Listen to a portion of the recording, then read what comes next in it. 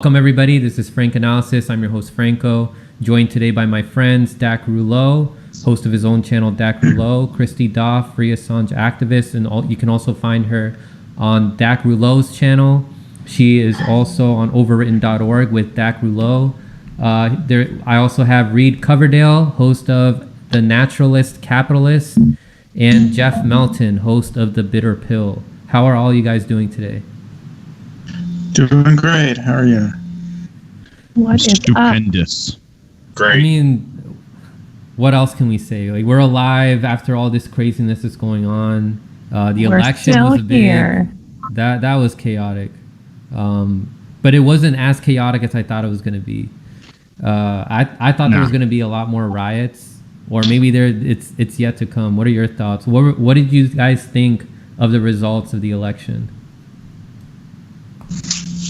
I'm not surprised that we had this anticlimactic, just sort of dribbling out of who the winner is. It just, we thought there was going to be, people were boarding up their businesses. We thought there was going to be civil war. People were stocking up on groceries again. I mean, they got to because COVID's coming again. But it did seem to just peter out to nothing. And now we may or may not flip it in the Supreme Court. I like we were saying earlier, it's a little hard to keep up on and know who to believe right now. I think it would have been more violent if Trump had won. And I think anyone who doesn't say that is not being intellectually honest. If he had won, there totally would be a ton of craziness going on right now. I think on election night, when everyone was saying, "Oh my, it looks like he's going to do it again," there were very few of us who were like, "Just wait." And sure enough, the mail-in ballots switched it over to Biden. I thought Biden was going to win by a larger margin than he did, and I was hoping that whole red mirage thing wasn't going to happen because I figured it would kind of spark the controversy that's going on right now. So you, Reed, and Dak knew that there was going to be a red mirage? I figured there would be, yeah. My view is... go ahead, Jeff. Yeah, I mean, it was talked about for a long time. Trump, of course, talked about it, that the mail-in ballots were going to be for Biden, and he thought they shouldn't count or whatever. But, everybody knew most... a lot more Democrats than Republicans were voting mail-in. I saw an article about Pennsylvania that somebody did a survey and found like 3 times as many Democrats or Biden people who were voting for Biden as people who were voting for Trump were mailing their ballots in, and of course more Trump supporters were voting on election day. So it was predictable, and it was. Really unfortunate. It created a lot of controversy that, could have been avoided if, they'd been able to count the mail-in ballots sooner. I guess actually the Pennsylvania legislature, Republican-controlled legislature deliberately made it so they couldn't start counting mail-in ballots or early ballots until the day of, in order to drag it out and make it more chaotic. Yeah, I'd been saying for a while that the Democratic Party was focusing so much on trying to basically extort people who did not vote 4 years ago, trying to guilt trip them and demonize them in the public imagination and say that they are single-handedly responsible for every single evil thing that Donald Trump has ever done, even things he did before he was elected president. And so I figured that brainwashing of the masses, which was accomplished through selective targeting of very particular demographics through television events, advertising during football games and basketball games, that would be enough to convince people to fill in Biden's name on the ballots that were mailed to their houses, sometimes without even asking for them in advance. And happening in the election. During the election night, I was really, really hoping that Donald Trump would be able to pull off an upset. And for a little while, it looked like he was going to do that. But when I woke up on the day of Wednesday the 4th, I realized that Joe Biden was going to win, which made me look smarter than I actually am, but was also worse for my ambitions for the country. So it's a pretty hollow victory, and now we can look forward to at least 4 very dystopian years under the Biden administration.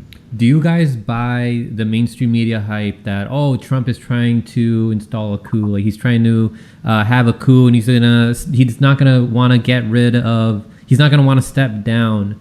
Do you guys think that that's overhyped? Yeah, Well, absolutely. no. There was an article, I think in the Guardian, that mentioned that like the Wall Street Journal, Fox, and New York Post, like all these Murdoch-owned outlets were really putting the heat on Trump to, step down gracefully and concede. So, I mean, even within the Republican Party, yeah, there's some people what's her name, Lindsey Graham and some others, who are on Trump's side, but a lot of Republicans are like, dude, you lost. So yeah. Go ahead, Reed, and then I'll read some of these comments. I think I sent to the group text the night before the election. I said Biden will win, Trump will have a fake hissy fit, but he'll eventually leave. I don't know if you guys remember me sending that, but I still think that's true. Like, I think that this is a show for his supporters. I think when he ran in 2016, it was as a joke, and he accidentally won. I don't think he really thought he was going to win. Yeah, he didn't think he was going to win. No, so I think it's a similar situation, but it might be just damage control. All this talks that he's like going to keep it going, that he's going to take it to the Supreme Court. But I have seen some evidence that there could be election fraud. I'm not taking a stance of, oh, it definitely happened, but I am taking a stance that it probably happened based off of evidence that I've seen presented on The Last American Vagabond, the way that we've had our voting machines set up, the way that the DNC has cheated before, and it's been documented before. So do you guys think it's fair to say that the objective stance is to say that it probably happened, or that you don't know, but it's possible, but it's not objective to say it definitely did not happen or that it definitely did happen? This is what I would like to say about that. Was there voter fraud? Was there electoral fraud? Of course there was. There has been voter fraud in every single election in every single country on earth going back to ancient Greece. But voter fraud is very different from rigging an election. Now, the Democratic Party does have a documented history of rigging their own primaries. But do they have the ability to rig an election which takes place outside of their own circle? I'm not sure if they have the mechanisms in place to do such a thing. But this is what I want to say, going back to your earlier question about, is Trump attempting to orchestrate a coup? I think that the use of the term coup is over the top, because I think what Trump is going to do, and I retweeted tonight an article from Michigan Live, MLive, which talks about Trump's lawsuit and its attempt to render invalid over 1 million votes that were cast in the election, in the Michigan election. I think that what Trump is trying to do is Trump is trying to find some kind of obscure loophole that would enable election officials to declare a ballot invalid. If a piece of the ballot is torn off in one corner, then you could technically say that it's spoiled and you could discount it. So is that, strictly speaking, illegal? Probably not. It's definitely underhanded, but if it is in direct contravention of the law. So I'm reluctant to use the word coup here, but I do think he's trying to find some dishonest method whereby he can stay in power. So you do believe that there was election fraud and voter fraud, just not that it was significant. Sure. And that it wasn't going to, like, even if they do find it, and even without it, that Trump still would have lost? Yes and yes. Got it. And then Jeff, I saw like on Twitter that it seemed like you were taking the stance that you don't believe that it happened. You want to explain your stance? Well, I mean, we don't really know, but we do know. Well, there's several things that we do know. We know that Republicans, especially, and sometimes Democrats, but mainly in their primaries, try to deregister certain groups of people. People of color, lower income people, students, or young adults. That's well documented. Greg Palast has done outstanding work on this for the past 20 years, starting with the 2000 presidential election and the massive suppression of black votes in Florida. So we know that happened. So we can probably safely assume that some of that went on this time, and that helped Trump. But certainly it's possible that there was some rigging on the other side. But I don't think that the Democrats care as much about the general election as they do about making sure that somebody like Bernie Sanders doesn't win in the primaries. So, I don't think the motivation is there. And the other thing is, I think that they don't feel like they needed to rig the election to win. They were very confident. The polls were all showing Biden was going to win by a lot more than he actually did, and they never expected to lose to Trump in 2016. They didn't expect to lose to him this year, especially given how absolutely horribly Trump has handled the pandemic and how he responded to the protests, which turned a lot of more liberal types off. So I think they were very confident that they were going to win, especially given that they have pretty good control over the corporate media. So they were able to suppress negative criticism of Biden to a great extent. So I think they felt like they had it in the bag. They didn't need to do anything to the election. We don't know if they did, but I don't think they felt like they needed to. All right, so I'm testing my mic right now. Do I sound louder now to you guys? In the chat. I'm fine. Let me know if my mic sounds better. Sounds fine, but yeah. Do you? Yeah. On Skype, I sound fine, but I want to make sure that I sound fine to everybody on the. Oh, okay. Yeah. All right. Yeah. So. Jeff, do you think that Biden was not the more preferred establishment candidate to the intelligence and to Silicon Valley and the military-industrial complex, considering how Trump often spills the beans of what the true intentions are of our country and our corporations? I mean, he said in one speech he was admitting that we were in Syria for oil. And he also is really incompetent when it comes to establishing coups in Venezuela and in Bolivia. So what do you think? Come on, Mike. Well, I mean, I think, yes, they preferred Biden to Trump. They would make money either way. I don't think they were nearly as afraid of Trump becoming president as they were of somebody like a Bernie Sanders becoming president. Right. Even though we all have our criticism of Bernie Sanders and think he would cave under pressure a lot of the time, they were scared of someone like him becoming president. Yeah, I think they have a preference for Biden over Trump. Obviously, even right-wing Republicans, some of them anyway, like John Kasich and Rick Bush Snyder administration and so forth. alumni. Boy, was Biden proud of getting Rick Snyder's endorsement. Oh my God. Yeah, and the Bush administration alumni, all those war criminals, they endorsed Biden. Yeah. The architect of the disaster in Flint, Michigan. Yeah, that guy. Yeah, oh my gosh. Rick Snyder. So yeah, definitely a ruling class preference for Biden, but I don't think they would have thought it had been the end of the world if Trump won. They just didn't think he would.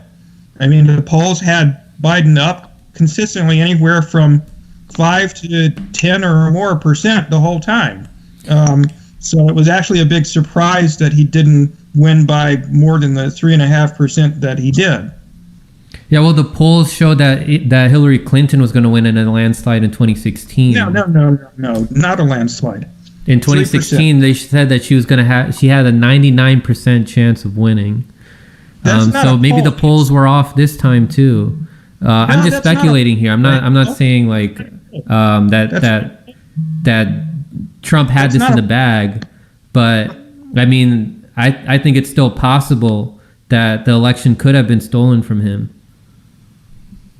Yeah, it's possible, but I mean, that's what you're talking about. Is not a poll. It's some pundits' estimates of the odds of Clinton winning. That's not a poll. The poll said that on average, that Clinton would win the popular vote by about 3%, whereas she actually won the popular vote by about 2%.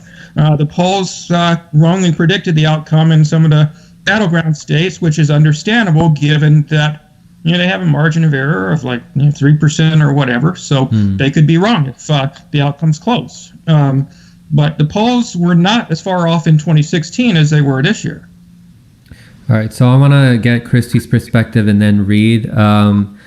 Implicate Warlord said Biden's wife is going to be the mediator between the deep states and Biden. I think that Kamala Harris is going to be the mediator. They stacked her campaign.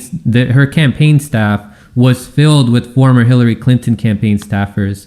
I think that she was the chosen one. Dak, I know that you have a theory that you align with somebody who you interviewed. What was his name again? This person who was running for Senate.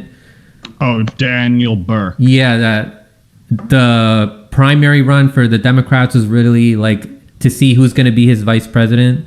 I still think that they saw how Biden was declining in his mental health, that they were preparing and gearing up for somebody who was going to take over after Biden. If that is truly what they were trying to do. Regardless, they were prepping for somebody like Kamala or somebody like Pete Buttigieg to take the orders of our intelligence and the military-industrial complex. So I want to hear, Christy, what are your thoughts on this? And then we'll hear from Reed. I don't think anyone needs to be the mediator between the deep state and Biden. Biden has been in the government now for 48 years. Like, he is entrenched in what I would consider the deep state, the military-industrial complex. I don't think anyone needs to be that mediator.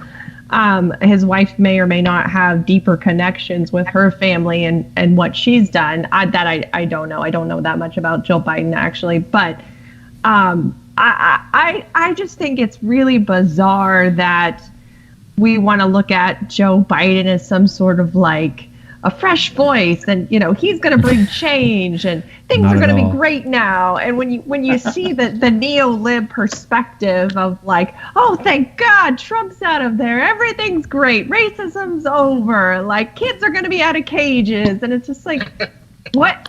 There's just going to be less media coverage of it. What do you think? Who do you think you put in office? Like, I'm still baffled by the delusion, I guess. I shouldn't be surprised by it, but sometimes I still am. All right, Reed, what do you think? Yeah, so I'm convinced that they're going to try to replace Biden in his first term. I don't think they need to.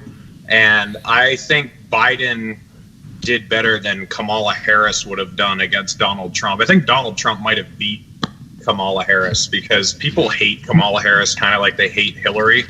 They're very similar people, where even though I hate everything about Joe Biden, I myself can't really bring myself to hate him so much at this point because he's so gone, He's a shell of his former self.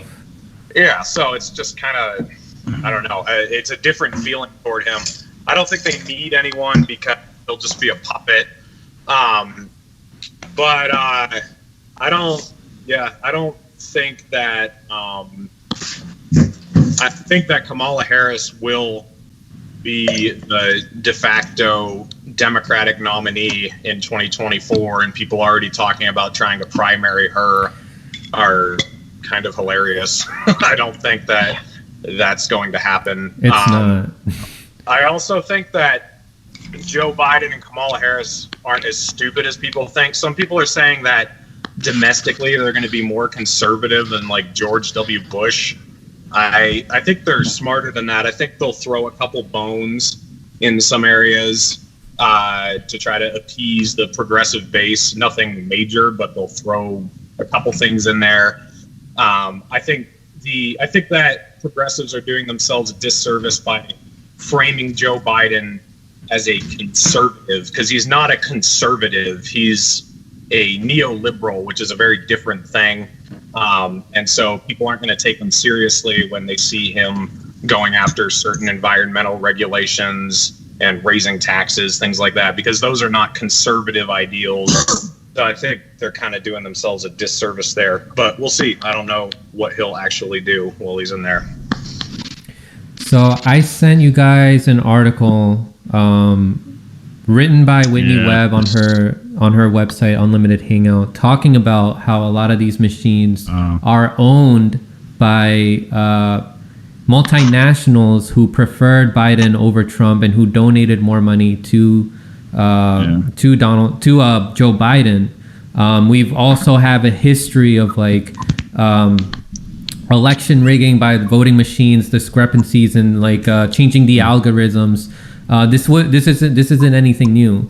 And I don't really remember because I was really, really little when this happened. But in 2000, wasn't the election stolen by Al Gore, from Al Gore by Bush and his people? I'm gonna start with you, Jeff. I don't know if you probably remember this better since you're older than us. Was that in fact stolen from Al Gore? Oh, definitely, but they don't actually talk about the main source of the stealing very much. The Florida Republican administration, the supervisor of elections, somebody Harris was her name, masterminded a campaign to disenfranchise black voters by falsely accusing them of being felons. And they got, I think the figure was about 30,000 voters off the rolls who, overwhelmingly they would have voted for Gore if they had voted. And Bush only won the state by 537 votes, I believe it was.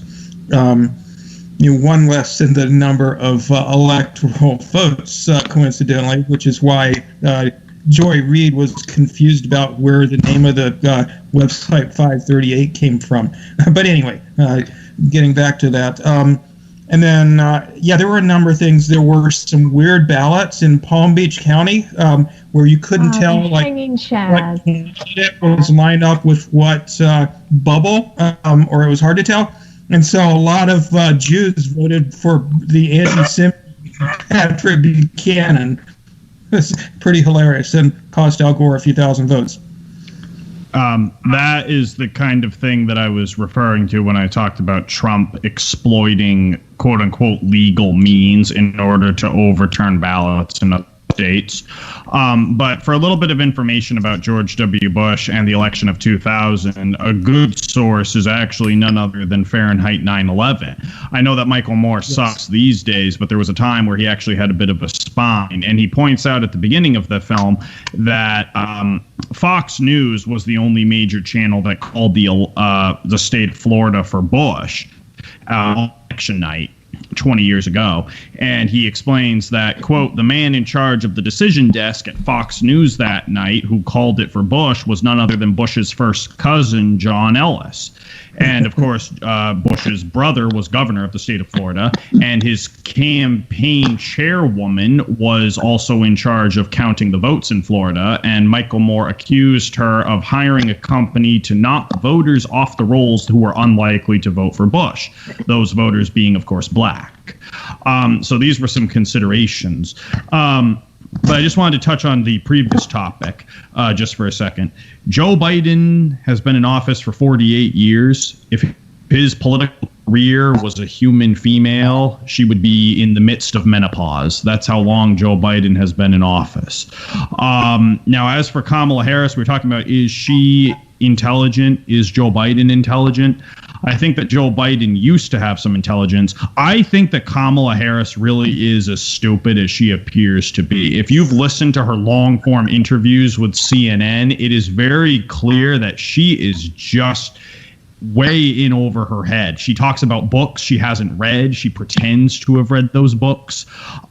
She routinely stumbles over her words. Her performance during the debates was embarrassing. So no, I don't think Kamala Harris has any intellectual ability at all. And just one last thing I wanted to say, I did like my interview with Daniel Burke. He did not come up with the idea that Kamala Harris was chosen, that the primary process was just about screening potential vice presidential candidates for Biden. That was my idea. Daniel Burke talked about the idea that voting for Joe Biden is legitimizing the coup against Donald Trump. Yeah, and if you think about it, I mean, not only did the Bush administration endorse Joe Biden, which is significant because Bush and his people, from what it appears from all these allegations that he did cheat Al Gore out of the elections, but we also have the Obama people, we have the Clinton people, and voting machines such as Dominion, that is owned by somebody named, or somebody who sits on the board of it is William Connard, who served in Obama's administration as the ambassador of the EU. He also worked in the Clinton administration. So there is some profitable interest in some of these people who sit on executive boards for these voting machines to rig the election somehow in their favor. This is one of the possibility of that happening is one of the reasons for why Tulsi Gabbard came up with her Securing America's Election Act. I would say that those people were probably there to invoke the nuclear option if necessary. Their presence doesn't mean that it was rigged. It means that if their massive propaganda campaign failed, they could be there to pull the lever and if need be. That's my opinion. Yeah, I'm saying that it's possible. Like our system is set up, it's very ripe for election fraud to really change the outcomes of an election. That's why I'm not concluding definitively that Joe Biden stole the election from Donald Trump. I'm just saying that it's possible. And I think it's really fair to speculate that it is possible. Yeah, sure. It's definitely fair to speculate. I think we should be skeptical of our democratic process. Yeah. I think if it was stolen, they did a really bad job because it wouldn't seem like they'd want it this close. Maybe they wouldn't want it to be a blowout. Maybe that's too obvious. But, I mean, it's a little close for comfort if they rigged it. So that's kind of what makes me skeptical. Also, I'm not sure if anyone knows anything about this, but have they traced it back to the other races? I mean, because if they were rigging it for Donald Trump, they certainly didn't rig it for the Democrats in general. They screwed that up royally, like Congress. The representative went to the Republicans a little bit more in the Senate. Yeah, Reed, I'm glad you brought that up. I've seen people bring that up, and I think Charles also addressed this on Twitter. Our government really wants a right-wing government. I mean, our corporate overlords, they really want a right-wing government. So the Democrats also want to have an excuse for why they won't pass any progressive policies. So if they blame it on the right-wing Senate, some people are going to buy it. I think this actually proves how propaganda was working, that they reached out to people who don't follow politics very closely and basically told them, here, just fill in this bubble for Biden. It proves that the people they reached with their propaganda weren't very serious because they didn't bother to vote in any of the down ballot races. They just said, yeah, I want the Trump monster out of politics. And then they fell asleep after they filled in that one bubble for Biden. It shows when people try to say that this shows how engaged the American people are. I mean, 65% of the country voted for one candidate. It's not very encouraging. Yeah, Yeah, the voter outreach was on steroids this election year, I feel. Yeah, Dak, you said, I think you tweeted out something along the lines of, if WikiLeaks later on exposes that this election was rigged, you wouldn't be surprised. But Yeah. you think the public is still plugged into the matrix and that they're doing a great deed by voting for Joe Biden. I agree with that. I mean, I think people are really, really dumb. And I think they also, it's not just because they're lied to. I think if all the facts were laid out before them, they would still choose to be dumb